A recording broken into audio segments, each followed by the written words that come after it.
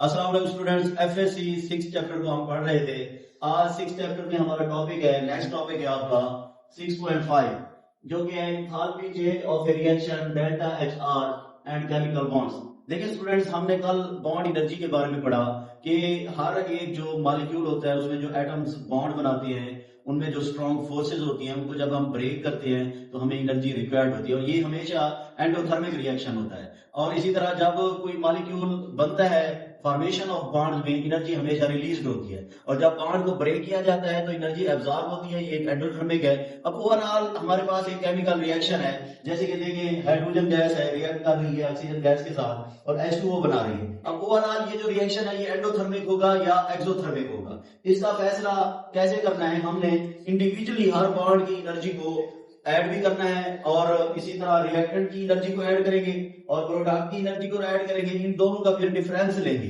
जो एनर्जी अगर ज्यादा होगी इसकी एनर्जी, वो हमारे पास एंडोथर्मिक होगा या एक्सोथर्मिक रिएक्शन होगा। जैसे कि डिसोल्यूशन ऑफ ऑक्सीजन है, ये हाइड्रोजन को जब हम ऑक्सीजन के साथ रिएक्ट बनाते हैं, वाटर बनता है। इस केस के अंदर ये हमेशा एक्सोथर्मिक रिएक्शन है, इसके लिए डेल्टा एच नेगेटिव आता है।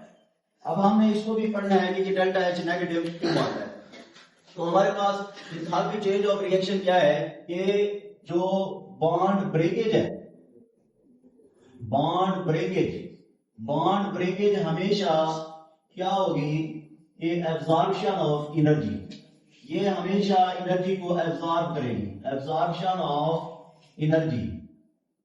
और बॉन्ड मेकिंग, जब भी बॉन्ड बनेगा मॉलिक्यूल्स के अंदर, मॉलिक्यूल्स जब बॉन्ड बनाएंगे तो रिलीज ऑफ एनर्जी होगी कि एनर्जी खारिज होगी, रिलीज ऑफ एनर्जी खारिज होगी। तो ये ओवरऑल रिएक्शन को फिर हम देखकर डिसाइड करते हैं कि आया कि ये रिएक्शन एक्सोथर्मिक होगा या एंडोथर्मिक होगा। आपके सिलेबस के अंदर एक मिसाल से इसको समझाया गया है। अब इसमें इनकी बॉन्ड जो एवरेज एनर्जी है हाइड्रोजन बॉन्ड की, वो है 436 किलो जूल पर मोल। इसी तरह ऑक्सीजन डबल बॉन्ड ऑक्सीजन की है 495 और HO की है 463। अब इससे हम देखते हैं कि ये हमारे पास एक्सोथर्मिक रिएक्शन है या एंडोथर्मिक रिएक्शन है। तो सबसे पहले हम इनको लिख लेते हैं इनके बॉन्ड फॉर्मेशन के अंदर। अब H और H के दरमियान सिंगल कोवलेंट बॉन्ड होता है, एक इलेक्ट्रॉन का जो है भी इश्तराक करते हैं। इसी तरह हाफ ऑक्सीजन में डबल कोवलेंट बॉन्ड होता है, और जो वाटर की जो स्ट्रक्चर होती है वो बेंट लाइन होती है, HO।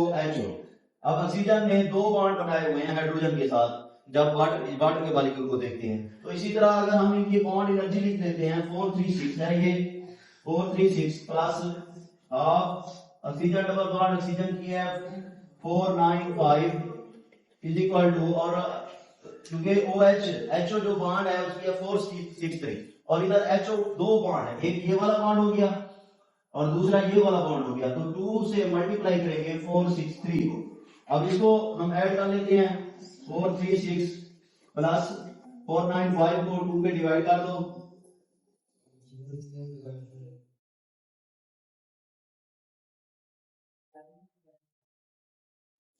242.5, और ये हमारे पास है 2 इंटू 463। तो हमारे पास ये जो इसको आप ऐड कर दो, 436 इंटू 242.5, 5 आएगा, 8 आएगा, 7 आएगा और 678.5, और 463 को 2 से मल्टीप्लाई कर दो, 463 इसको 2 से मल्टीप्लाई करते हैं, इसका आंसर क्या आता है? तो ये 6 2 6 12, एक और 2 4 8 9, 926। अब इसका फिर डिफरेंस ले लेंगे। डेल्टा एच रिएक्शन क्या होगी कि enthalpy of products minus enthalpy of reactant. Enthalpy of product जो आपके पास बन रही है वो है 926 माइनस जो एंथैल्पी ऑफ रिएक्टेंट आपकी बन रही है 678.5। यार आवाज ना है बेटा, फिर वो सारी गड़बड़ मुझे दोबारा मेहनत करनी पड़ेगी। सिर्फ 2 मिनट सब्र कर लो। अब इसमें से इसको माइनस कर देते हैं। 926 है आपके पास, 926 678.5 5 7 4 2 4 7 2 4 7 ये आपके पास आंसर आ रहा है डेल्टा एच आर, जो कि हमारे पास रिएक्टेंट इनटू प्रोडक्ट, तो ये नेगेटिव में होगी, ये पॉजिटिव में, तो -247 किलो जूल पर मोल। तो ये हमारे पास है कि डेल्टा एच और -247 किलो जूल पर मोल। और जब एक्सोथर्मिक रिएक्शन में डेल्टा एच की कीमत हमेशा नेगेटिव होती है, तो ये हमारे पास कौन सा रिएक्शन होगा? एक्सोथर्मिक रिएक्शन होगा। तो हम एक इक्वेशंस के अंदर उनकी जो एवरेज काइनेटिक एनर्जी होती है वो फाइंड आउट कर लेते हैं रिएक्टेंट और प्रोडक्ट की, फिर उसका डिफरेंस ले लेते हैं, फिर हम देखते हैं कि ये आया कि ये रिएक्शन एक्सोथर्मिक होगा या एंडोथर्मिक होगा, इसमें हीट इन्वॉल्व होगी या हीट खारिज होगी या इसमें हीट ये एब्जॉर्ब करेगा।